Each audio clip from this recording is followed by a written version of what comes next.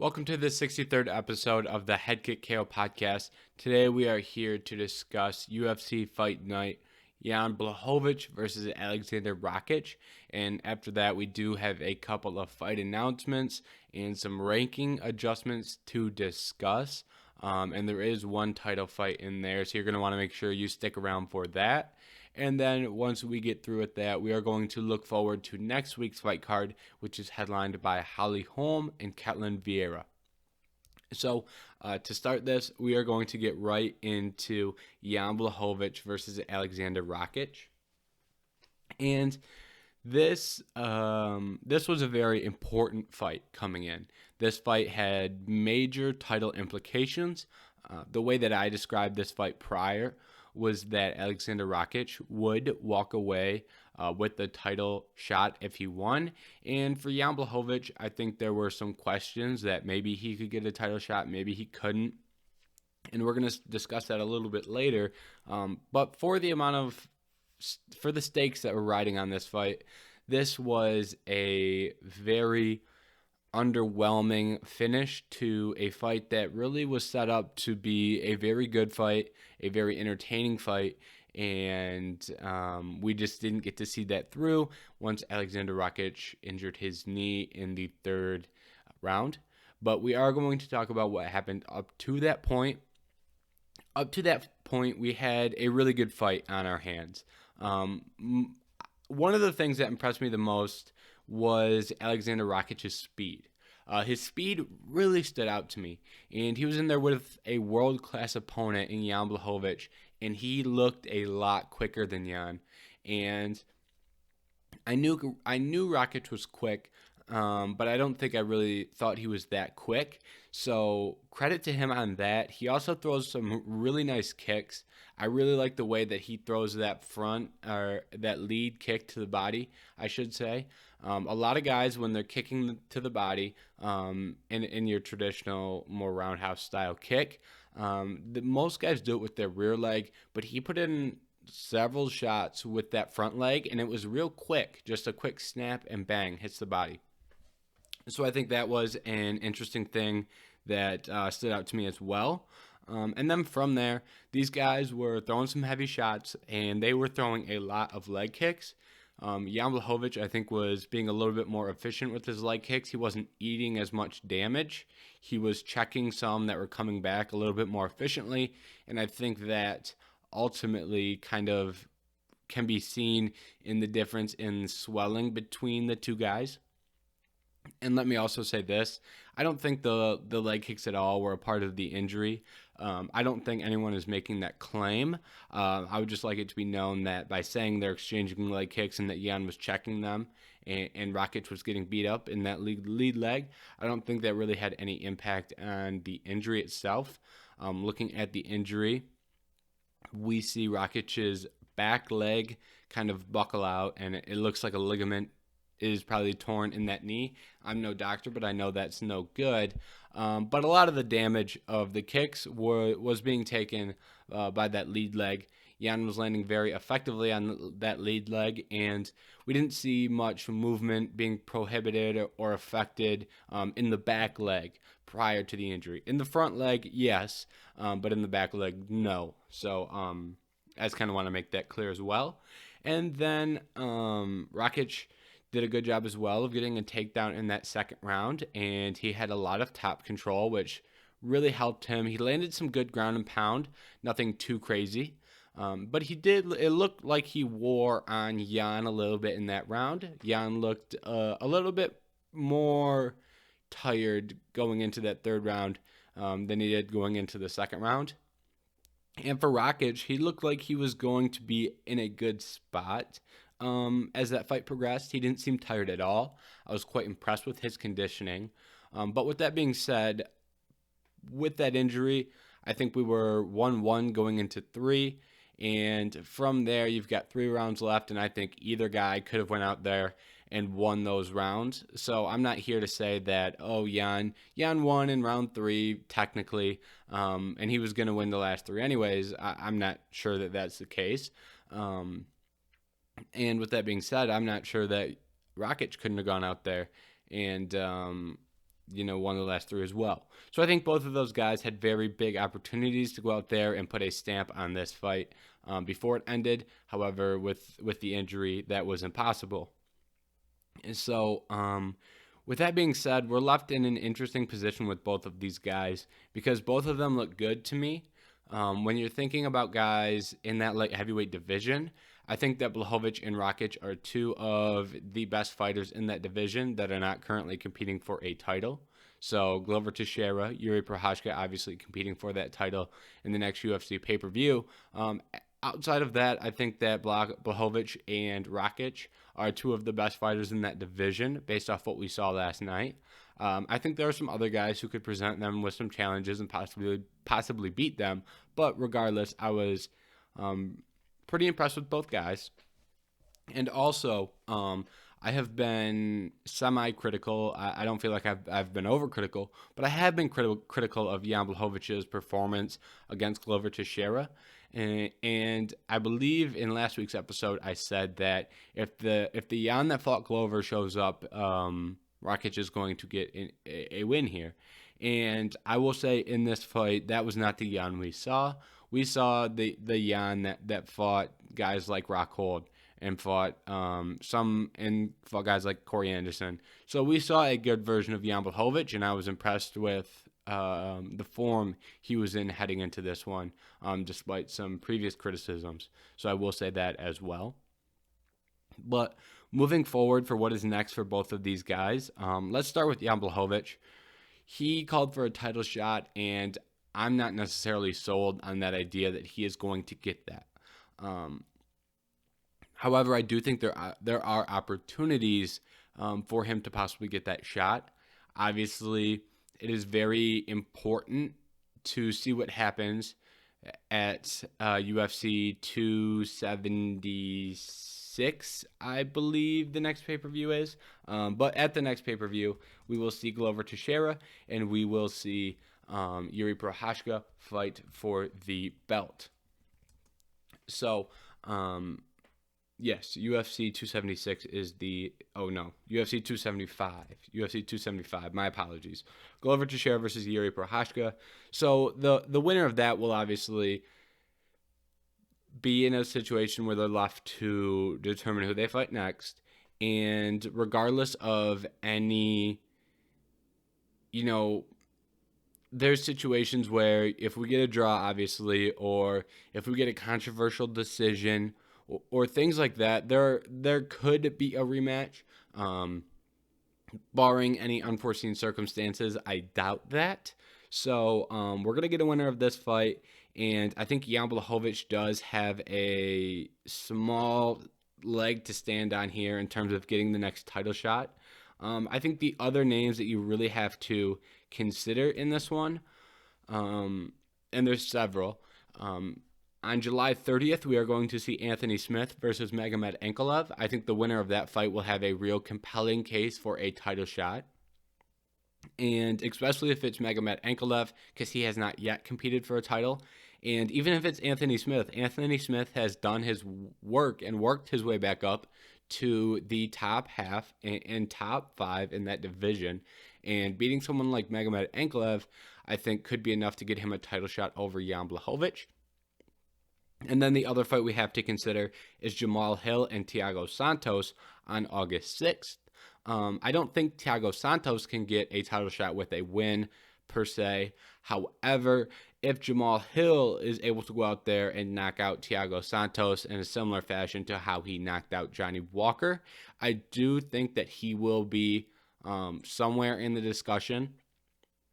I think the UFC would like to see him fight one more time, even if he gets a victory over Thiago Santos. But I think Jamal Hill is a dark horse to get that next shot in the light heavyweight division. And for Yamblahovic, he doesn't really have as much of a case as you would think a former champion would have, right? I don't know if that's the best way to word that, but based off the fact that he's a former champion, he is going to have a little bit easier path back to the belt than someone who isn't a champ. Someone who isn't a champ probably has to do a little bit more work to get there, but being a former champ, you can get back there a little bit sooner than other guys. Despite that, if you look at what he's done, if the only thing you have to stand on to get a rematch is, I think he had one title defense, and yes, he had one title defense, and he has this one win against Alexander Rocketch, which he won one round in this fight, and from there, Rakic, had an unfortunate injury, and I don't necessarily think that injuries can't get you a title shot. For example, you can win, you can cause an injury to your opponent and win, but Jan didn't cause this injury. So I don't know that Yamblahovic is going to get that next title shot despite technically winning this fight and being the former champion. If you look at other situations, for example, Robert Whittaker, he didn't get a title shot. I think he had to win 3 after the first fight with Adesanya. He had to win 3 fights, and I believe he could have got it after the second one, but there were some timing issues. But ultimately, I think that the wins that Whittaker had, the 2 wins, were a lot more holded a little bit more weight in comparison to this one win that Blachowicz has. And that's just comparing it to a recent example where we had a former champion coming off a win, going to get his belt back. And even if you compare it to other fights, for example, if you look at Max Holloway and Alexander Volkanovski, Max had to go out there and fight Calvin Kattar, and he put a stamp on that fight, and he could have got a title shot after that fight. So that was one fight. However, the outcome of Holloway and Kattar was much more one-sided than the outcome of Yamblahovic and Alexander Rocketch. So despite Blachowicz' status as a former champion, I'm not necessarily convinced that he is going to get a title shot after this one. And then for Alexander Rocketch, I think the number one thing is heal up. Once he's healed, there's no reason to go out there and fight on a bad knee, because you could see a similar outcome to what we saw on Saturday. So for Alexander Rocketch, he needs to heal up. From there, once he is healed, I think he should get a big opportunity. I think he looked good enough today to prove he deserves to fight in the top 3 of this division. Depending on his return time could be a year. It could be 6 months. Once again, I'm not sure. I don't even believe the injury is disclosed yet. But once he is eligible to step back in the octagon, I think you give him someone of a high status, whether that be Jan Blachowicz again, or whether that be maybe Yuri Prochazka or Glover Teixeira coming off a title loss, whether that be, Magomedov or Anthony Smith, depending on how their fights play out. I think there's a lot of different scenarios in situations where that name he's going to return against is going to change, just depending on how the division plays out while he is injured. So that's really all I have for Jan Blachowicz versus Alexander Rocketch. So now we are going to move into the co-main event, which was Ryan Spann versus Ian Cutelaba. Now, this was a really fun fight while it lasted. It didn't last long, and Ryan Spann looked good here. He was very, very aggressive. He landed a big double jab and a right behind it. He landed some other good shots. And despite Spann's aggressiveness, Cutelaba did a pretty good job getting some top control, and he's able to get takedowns due to the aggressiveness of Ryan Spann. From there, Spann did a great job getting off bottom. He's able to really get those the foot on the hips of Cutelaba and really just push him away. So he did a good job there. And then eventually they found themselves in another sequence, and they're starting to grapple a little bit, and Ryan Spann gets on the neck of Cutelaba, and he does a really good job of immediately yeah, I like the way he went for the guillotine is what I'm trying to say here. A lot of guys would jump Gilly in that situation, I think. I like how he didn't jump Gilly straight off the get. He was able to get to a mounted position and got the finish. And I think the mounted guillotine is a lot safer of an option because, for example, if he jumps Gilly and Cutelaba gets away, then Cutelaba is now on top. But if you go for the mounted Gilly in a similar fashion to that, you end up on top if you lose the guillotine. Which I guess doesn't really matter because he was able to get it. So regardless, Ryan Spann walks away with a first round submission victory. Now, for Ryan Spann, this puts him back in the win column, and I still think he's a really good fighter, and he's going to be facing a ranked opponent next, I believe. I think it just comes down to who is that going to be specifically. I believe he has already fought Johnny Walker. Otherwise, that would be a decent matchup. And then the other ranked fights you have on there, Dustin Jacoby. I think Dustin Jacoby just got booked. So let me check on that real quick. But I'm not exactly sure who he's going to fight, but I think it's going to be someone in that 10 to. Oh no, Johnny Walker did beat Ryan Spann. So we won't see that fight. That would be a good fight otherwise, but that isn't necessarily going to happen now. And then Dustin Jacoby. Who is he booked up against? Dustin Jacoby just got booked up against Dao Jung.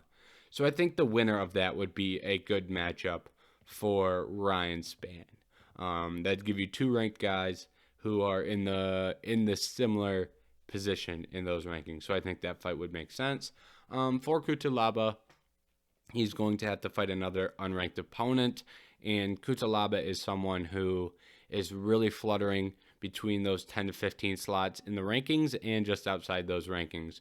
So he's probably going to have to win one or two outside of the rankings before he can get another crack inside of the top 25. And then moving on from that, we had another very important fight in Katelyn Chookagian versus Amanda Hebas. Hebas moving up to 125 pounds in this one. And at the end of the day, that division is in desperate need of challengers. So I don't want to say I wanted Amanda Hebas to win, but I think that's a compelling matchup, Hebas versus Shevchenko. And I think if Hebas would have won this fight, she would have walked right into that title shot.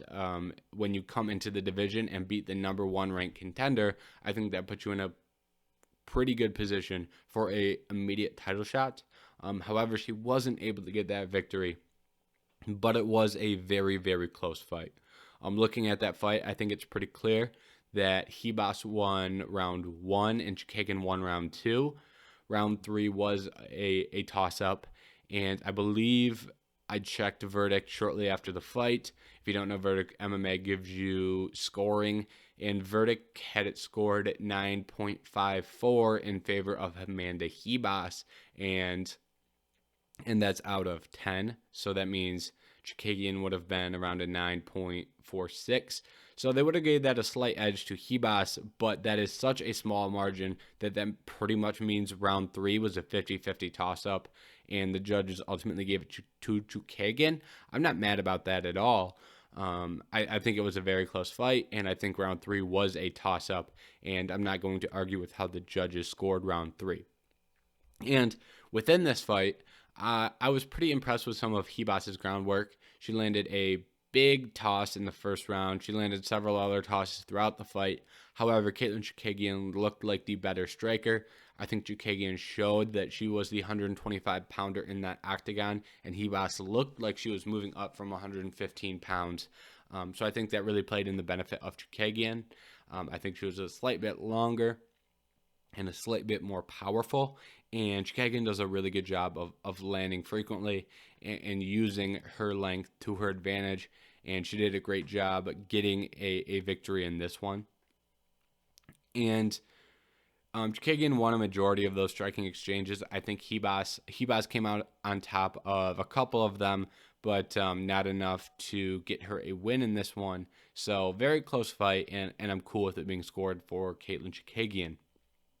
Now, I think at this point, I think Katelyn Chookagian has done enough to earn herself a rematch against Shevchenko. We're at a point where Chookagian doesn't have a lot of fresh blood in that division. Simply looking at the rankings, Shevchenko has already beaten, Shevchenko has beaten Chookagian, Lauren Murphy. She's fighting Talia Santos. She's beat Jennifer Maia. So that is a good portion of the top fighters in that division. And if she, like I said, she's fighting Talia Santos. So if she's able to beat Talia Santos, that really takes a big name off of that checklist. She's also beat Jessica Andrade. So there isn't a lot here for Shevchenko in this division. And I think when it comes to rematches, I don't think that Katelyn Chookagian can necessarily... I wouldn't pick her in a fight against Shevchenko. However, when you look at what she's done, since losing to Valentina, she has beat Antonia Shevchenko, and then she lost to Jessica Andrade in 2020. However, after that, Katelyn Chookagian has beat Cynthia Calvillo, Viviane Araújo, Jennifer Maia, and Amanda Hebas. And I think winning 4 fights in a row and having gone 1-1 prior to that, I think that is enough to get you your rematch.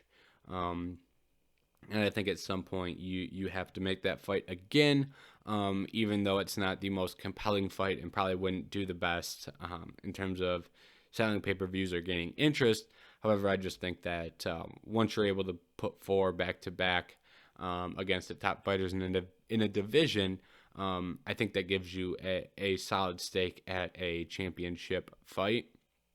With that being said, I could see some situations where she gets asked to fight someone like Alexa Grasso or Manon Fior, and if one of those girls are able to go out there and get a win over Chookagian, I think that would earn them a title shot. Or there are some other situations that could play out that could ultimately lead to Chookagian getting jumped. However, I don't think those are going to happen right now.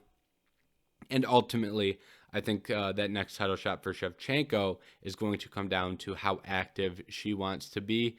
If she takes a year off after this next fight, then the division is going to get shook up a little. If she wants to fight 3 months later, Chookagian is going to have a much better chance of getting that next title shot. And then we skipped around a little bit. We accidentally skipped Davey Grant versus Luis Smolka, but that was a really fun fight. Those guys went in there and they committed to getting into a brawl. That's exactly what happened. They were both throwing some big shots. I think Davey Grant, however, was landing a little bit more frequently and was landing the bigger shots. Ultimately, the leg kicks of Davey Grant proved to be just a little bit too much, and that leg of Luis Smolka eventually gave out. It didn't give out majorly. He wasn't, he just couldn't walk on it anymore.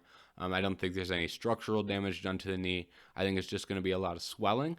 And then, once that happened, he goes for the desperation takedown. Davey Grant has him in a compromised position, and he throws a couple of big ground and pound strikes and goes out there and gets a win. So, good fight from Davey Grant. I think Davey Grant is a very good fighter at 135 pounds. I'm not sure that he is ever going to be, a top 5 fighter, but I think he's going to be in the UFC for a very long time, and I think he's going to flutter on the outside of those top 15 rankings and maybe break in a little bit. However, I do think he is a very good fighter nonetheless. And then also on the main card, we had Manuel Torres versus Frank Camacho. And this fight was also a very good fight. These guys went in there and threw bombs.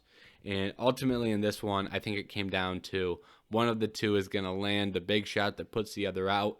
And I think Torres was landing, like I said with Davey Grant, he was landing a little bit more frequently, and he was landing a little bit harder throughout the course of the fight. And then eventually he finds his shot that puts Frank Camacho out, and I believe he got a $50K knockout bonus for that.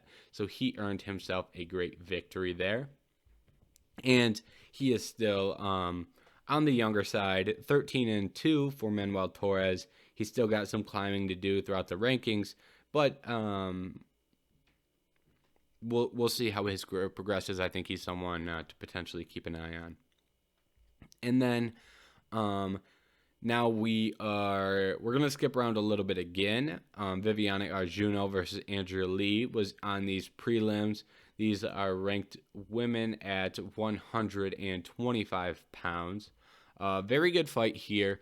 Andrea Lee almost finds a finish early. However, Viviane Arjuno is able to withstand some of that initial damage, and she did a good job throughout the remainder of the fight, getting some control. She landed some very big ground and pound shots, and she walked away with a very convincing unanimous decision victory. And she is in an interesting position because she has fought some of these other women at 125 pounds. She is actually, I think Jennifer Maia is a decent fight for her next. Sitting at 6-7. It doesn't throw you too far up the rankings.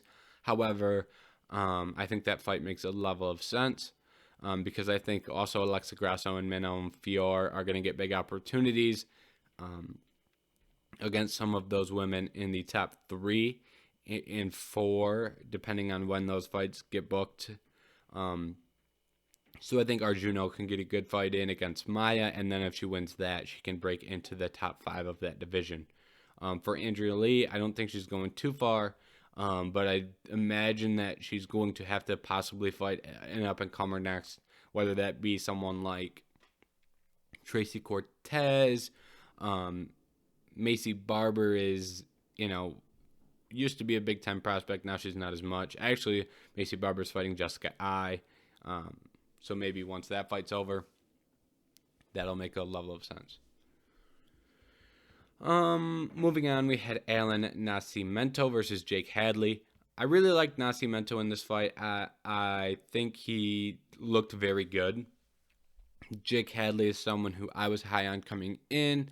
I saw some of his Cage Warriors fights. He was a Cage Warriors champ. He's only 25 years old, so I think really highly of him as a prospect. But ultimately,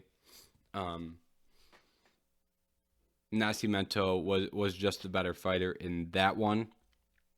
And Nasimento is very big at 125 pounds. He looked much bigger than Jake Hadley, and he really used that size to his advantage. He was able to go out there and take Hadley down and had a lot of control time and walked away with a solid victory. He also throws a very nice rear leg kick. So these two guys at 125 pounds, I like both of them in that division. Stock might be down on Hadley after that one just a little bit, but if he gets a good bounce back victory, maybe that could change. Let's go a little bit quicker through the rest of these fights that we had on the card. Michael Johnson got a great KO victory over Alan Patrick. Probably should have got 50K, but that'll happen.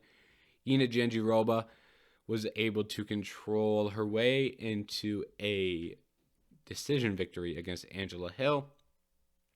Datsura Taira made his UFC debut at 22. I really like him. I don't think this is going to be the last time we speak about him on the podcast. He throws a really nice head kick, and he looked to have a very complete game, both on the feet and on the ground. Also got a knockdown, so look out for him. And then one of the bigger surprises was Andre Petrovsky being able to submit Nick Maximov. Nothing against Petrovsky. I actually really like Petrovsky in the UFC. I think he has very good potential. However, I also really like Nick Maximov. And before this fight, I was probably significantly higher actually on Maximov, but Petrovsky was able to go out there and win a scramble early. They had a couple of really nice scrambles, but ultimately Petrovsky was able to find an anaconda choke and go out there and get a victory. So that really fast-paced him at 170 pounds, I believe that fight was at. So now we are going to move on and talk about some of the other fight bookings that we have had in this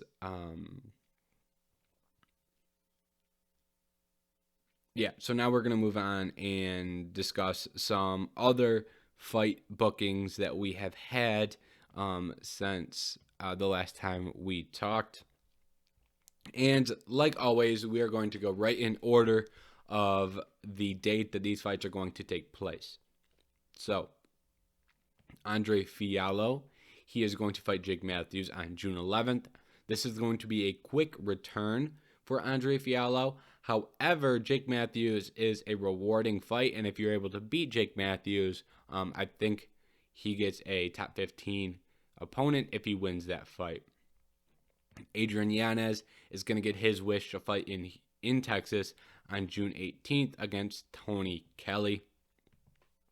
Umar Nurmagomedov returns against Nick Maness on June 25th. Umar is one of the best prospects in the UFC, has a very exciting fighting style, so you don't want to miss that one. And then on July 2nd, we are going to see Jim Miller versus Bobby Green.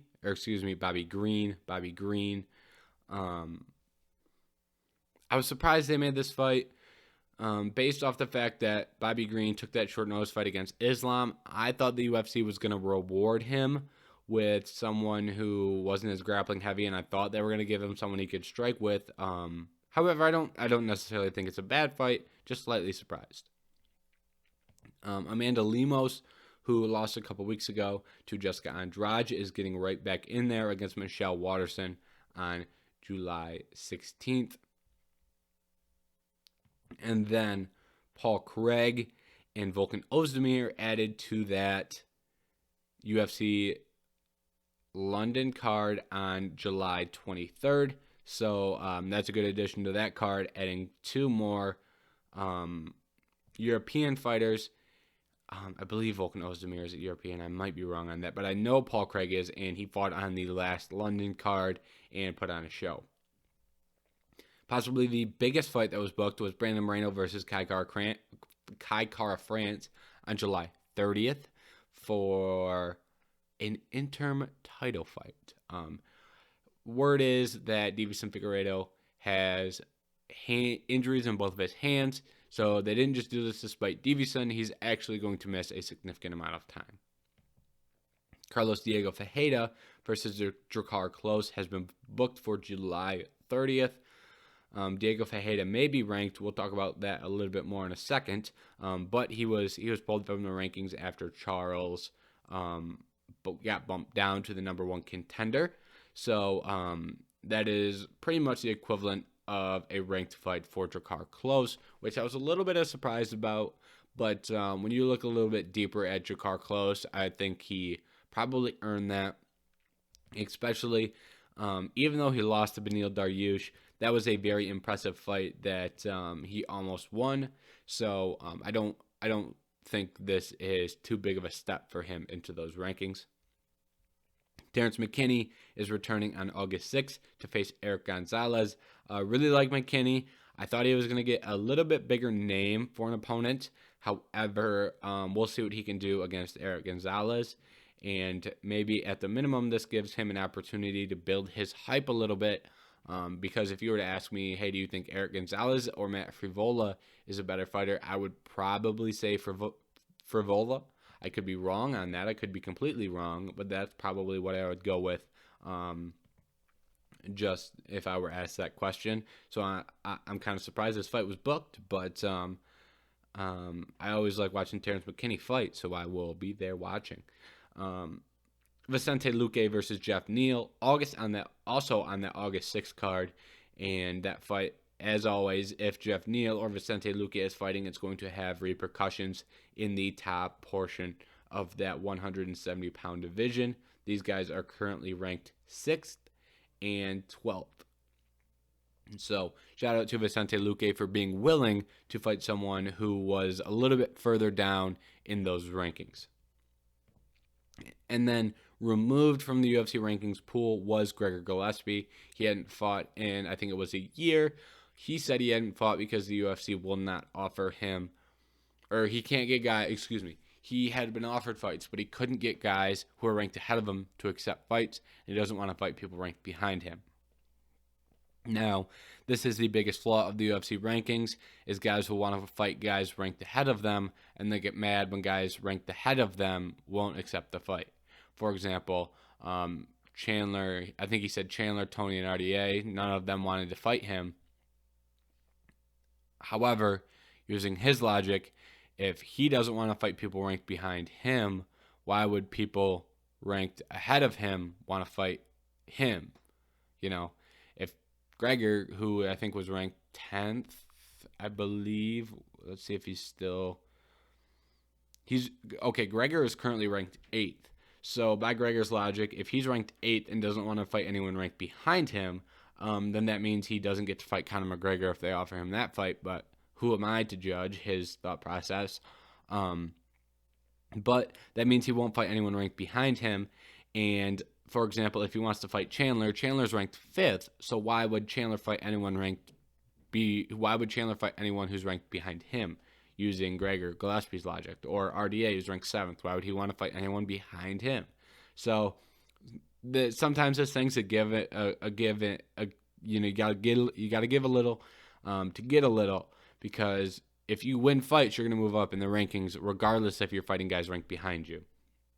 For example, if Gregor Gillespie were to go out there and beat the number 11 ranked Rafael Fiziev, people would take notice. You know what I mean?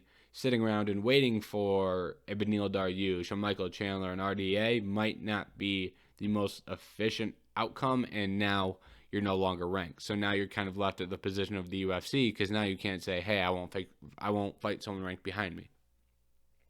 The same thing happened to Leon Edwards, slightly different, but then Leon Edwards ended up fighting, or being scheduled to fight with Khamzat Chimaev. So when you start declining fights, just be careful. Because you might end up fighting someone you don't want to fight. That is just something to think about. All right, so I know I said we were going to talk about UFC Fight Night, Holm versus Vieira in the intro, but I actually think that we are just going to do a brief overlook. Holm and Vieira is a very good fight. I think the winner gets possibly a title shot, maybe not. From there, Santiago Ponzinibbio and Michel Pieda. That's a very interesting fight. That's Pieda trying to break into the rankings.